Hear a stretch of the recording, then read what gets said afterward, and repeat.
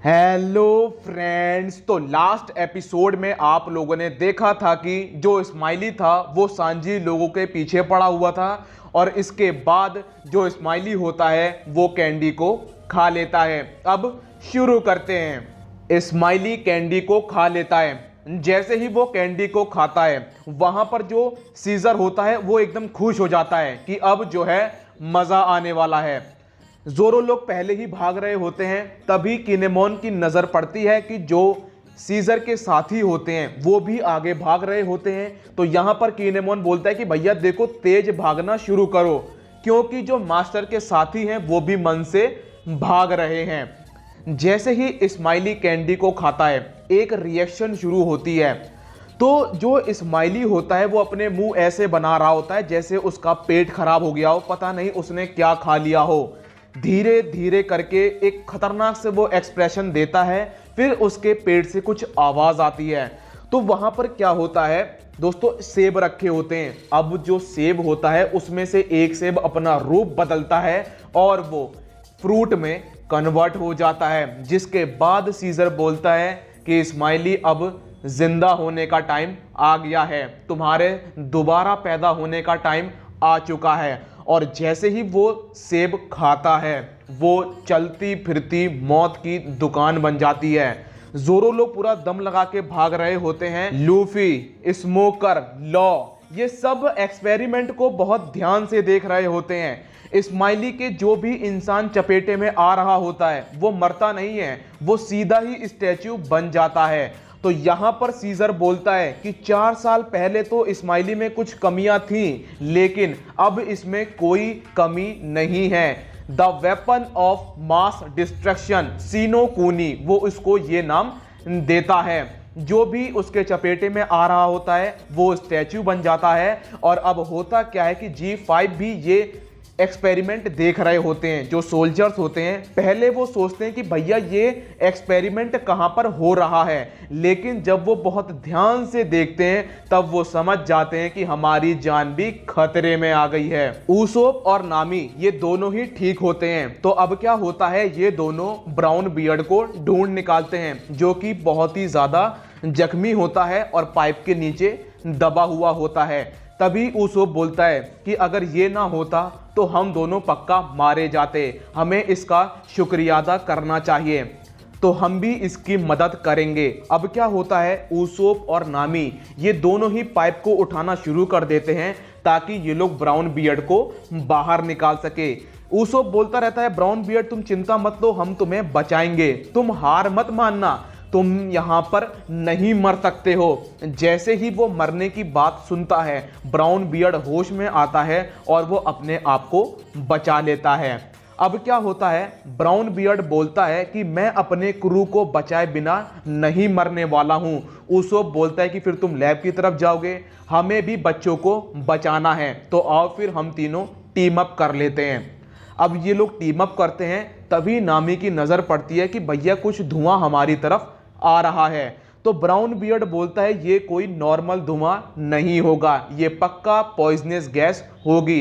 तो अब ये तीनों भागना शुरू कर देते हैं। इधर हम लोगों को दिखाया जाते हैं सांजी लोग। सांजी लोग बहुत तेज भाग रहे होते हैं, पूरी दम से भाग रहे होते हैं, लेकिन पॉइजन की स्पीड भी बहुत तेज होती है। तभी जोरो बोलता है कि भैया तेज भागना शुरू करो, हवा से तेज भागना शुरू करो। अब भाई ये लोग अपने हाथ पैर इतनी तेज चलाना शुरू करते हैं कि भैया सही में हवा से तेज इनके हाथ पैर चल रहे होते हैं, जिनको देख पाना बड़ा ही मुश्किल होता है।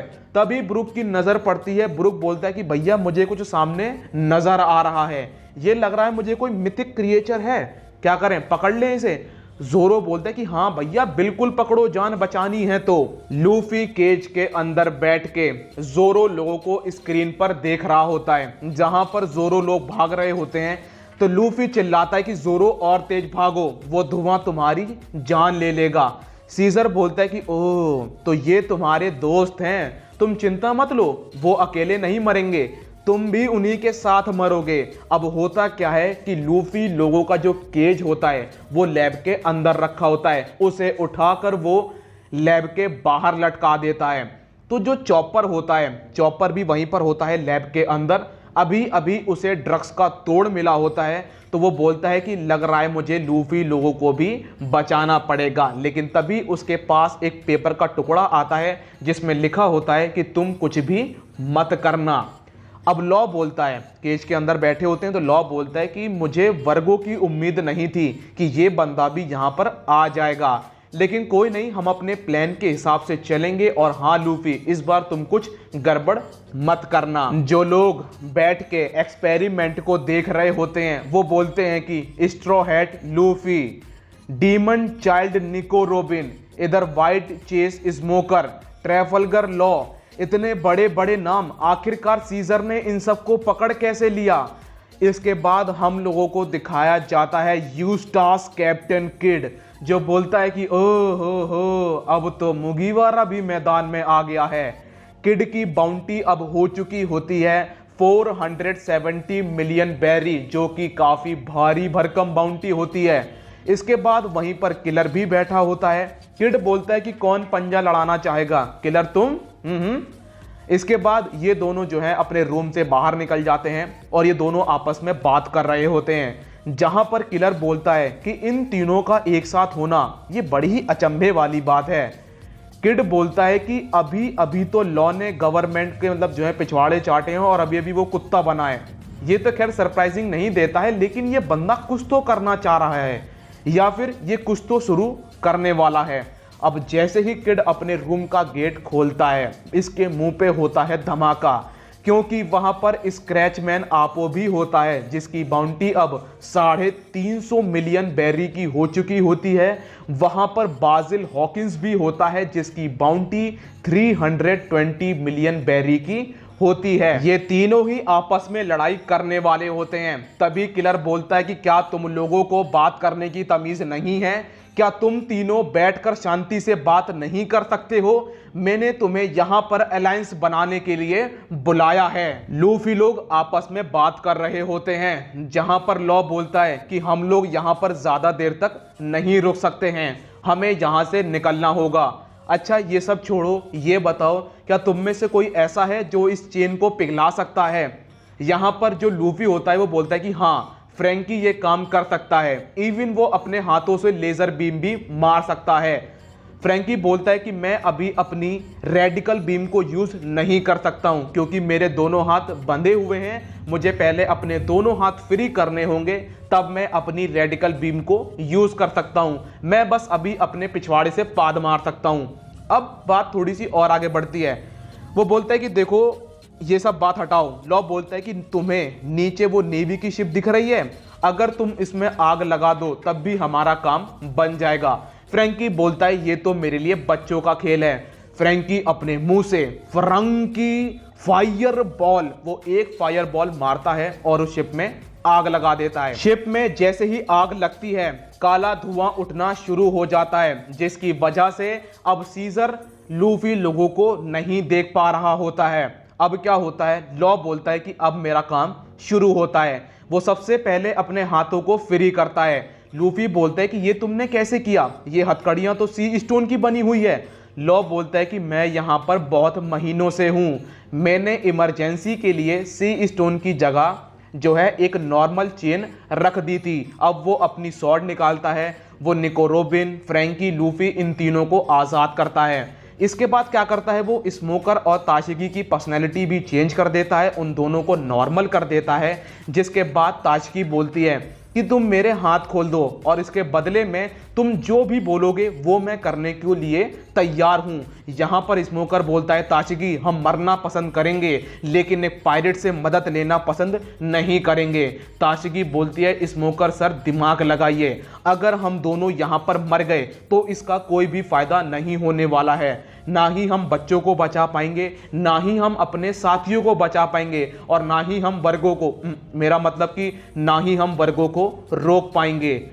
तो यहां पर लॉ बोलता है कि मैं तुम दोनों को आज़ाद करने के लिए तैयार हूं, लेकिन तुमने जो भी जोकर के बारे में सुना है वो तुम्हें भूलना होगा। स्मोकर ये मैं तुम्हें बता नहीं रहा हूं, ये मेरी कंडीशन है। और अब वो सबको आज़ाद कर देता है और यहाँ पर जो फ्रैंकी होता है वो केज से बाहर निकलता है और वो सीधा सनी की तरफ निकल जाता है। पॉइजनस गैस जोरो लोगों के पीछे बहुत तेज आ रही होती है। जोरो लोग बहुत तेज भाग रहे होते हैं, लेकिन जो पॉइजनस गैस होती है वो इनसे भी तेज भाग रही होती है। इनका मरना तय होता है एक तरीके से। तभी दोस्तों क्या होता है, ड्रैगन भी इनसे बहुत दूर होता है, तो ड्रैगन को पकड़ना भी एकदम इनके लिए नामुमकिन होता है।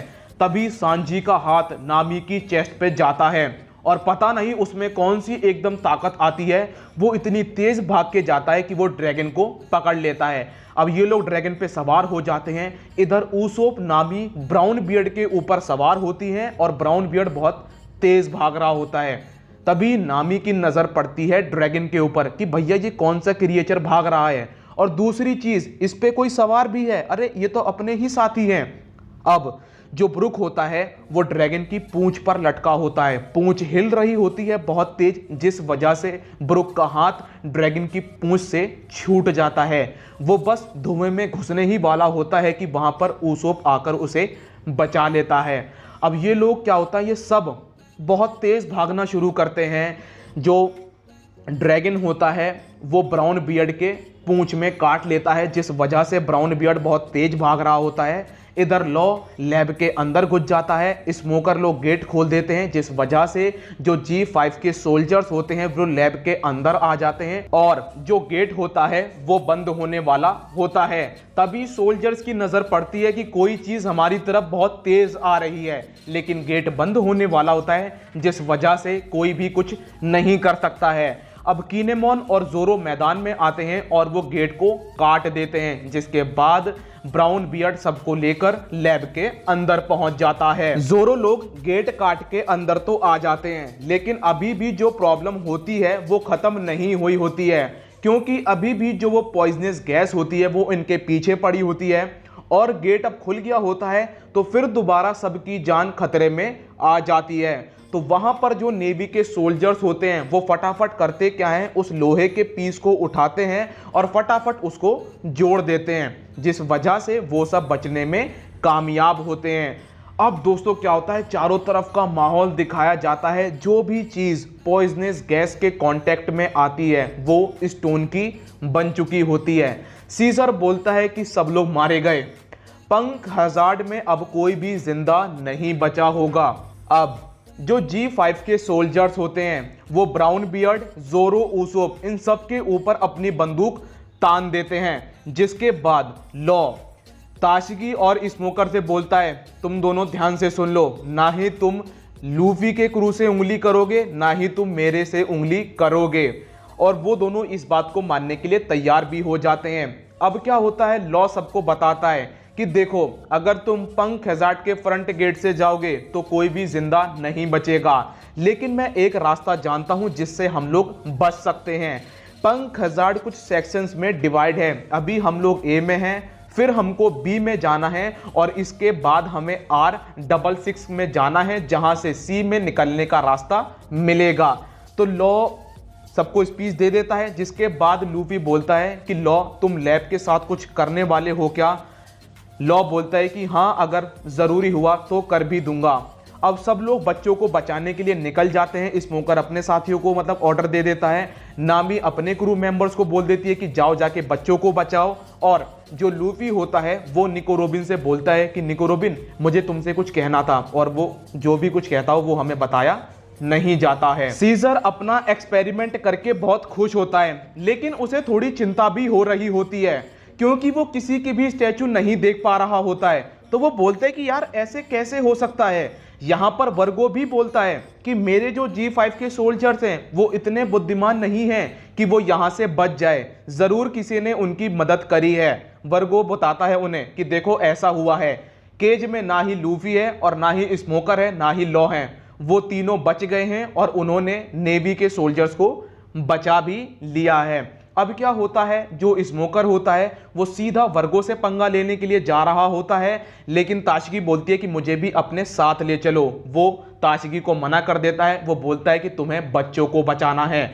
इधर जोरो को यह बात पता पड़ती है कि कैसे लूफी सीजर से मिनट से पहले हार गया, जिसके बाद जोरो को गुस्सा आता है, क्योंकि वो खुद भी मिनट से पहले ही हार चुका होता है। वो बोलता है ओए लूफी, न्यू वर्ल्ड में ऐसे काम नहीं चलेगा, तुम्हें थोड़ा और सीरियस होना होगा। और लूफी उसकी बात मानने को तैयार भी हो जाता है, लेकिन वो कतई सीरियस नहीं होता है। अब जो सीजर होता है, इन लोगों को ये बात पता पड़ती है कि भैया लॉ लोग अंदर घुस आए हैं और उन्होंने मारधाड़ चालू कर दी है। यहीं पर एपिसोड खत्म हो जाता है। मिलता हूं नेक्स्ट वीडियो में, जब तक के लिए अपना ख्याल रखिए। कोरोना से सावधान, थोड़ा सा ज्यादा सावधान। Good bye.